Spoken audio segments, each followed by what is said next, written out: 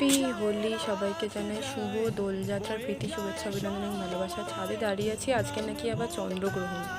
তা আমরা এমনি পৌরাণিক মতে চন্দ্রগ্রহণ কেন হয় সেটার ইতিহাস সবাই বলে নাকি রাহুতে এসে চাঁদকে খেয়ে নেয় তাই জন্য, কিন্তু এটার অ্যাকচুয়াল কারণটা কি তোমরা জানো?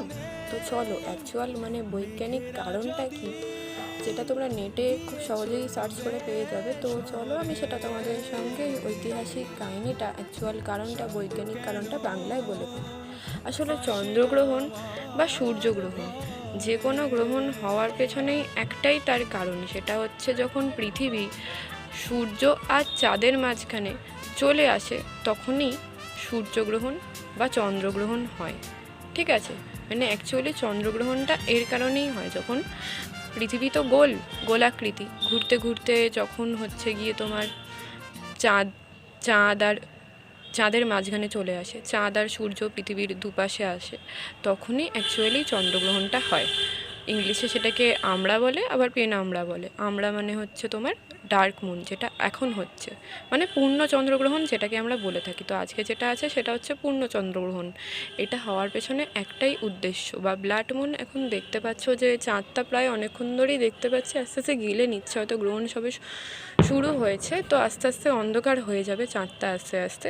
এখন হয়তো অর্ধেক অন্ধকার হয়েছে, মানে পেনামড়া যেটাকে ইংলিশে বলে, আস্তে আস্তে পুরো হয়ে যাবে, ঘরে ঢুকে যাব। তো চন্দ্রগ্রহণটার অতটা এফেক্ট কিছু হয় না, কিন্তু সূর্যগ্রহণটাই হয়। বাট যে কোনো গ্রহণ হওয়ার পেছনে এটাই তার উদ্দেশ্য, পৃথিবীটা ঘুরতে ঘুরতে চাঁদ বা সূর্যের মাঝখানে চলে যায়, তার কারণেই গ্রহণ হয়।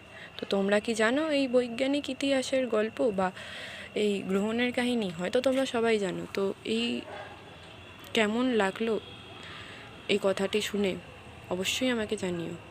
আর আজকে এই দোলযাত্রা উৎসবে, এই পূর্ণিমাতে, এই পূর্ণ চন্দ্রগ্রহণ কারা কারা দেখেছো বা এরম দৃশ্য খুব মানে অলৌকিক এবং খুবই এটা মানে প্রথমবারই এরকম পূর্ণ চন্দ্রগ্রহণ নাকি হচ্ছে। তো এই নারকোল গাছের পাশ দিয়ে চাঁদটাকে দেখতে কিন্তু জাস্ট অপূর্ব লাগছে। প্লাস আজকে পূর্ণিমাও আছে, দোল পূর্ণিমা।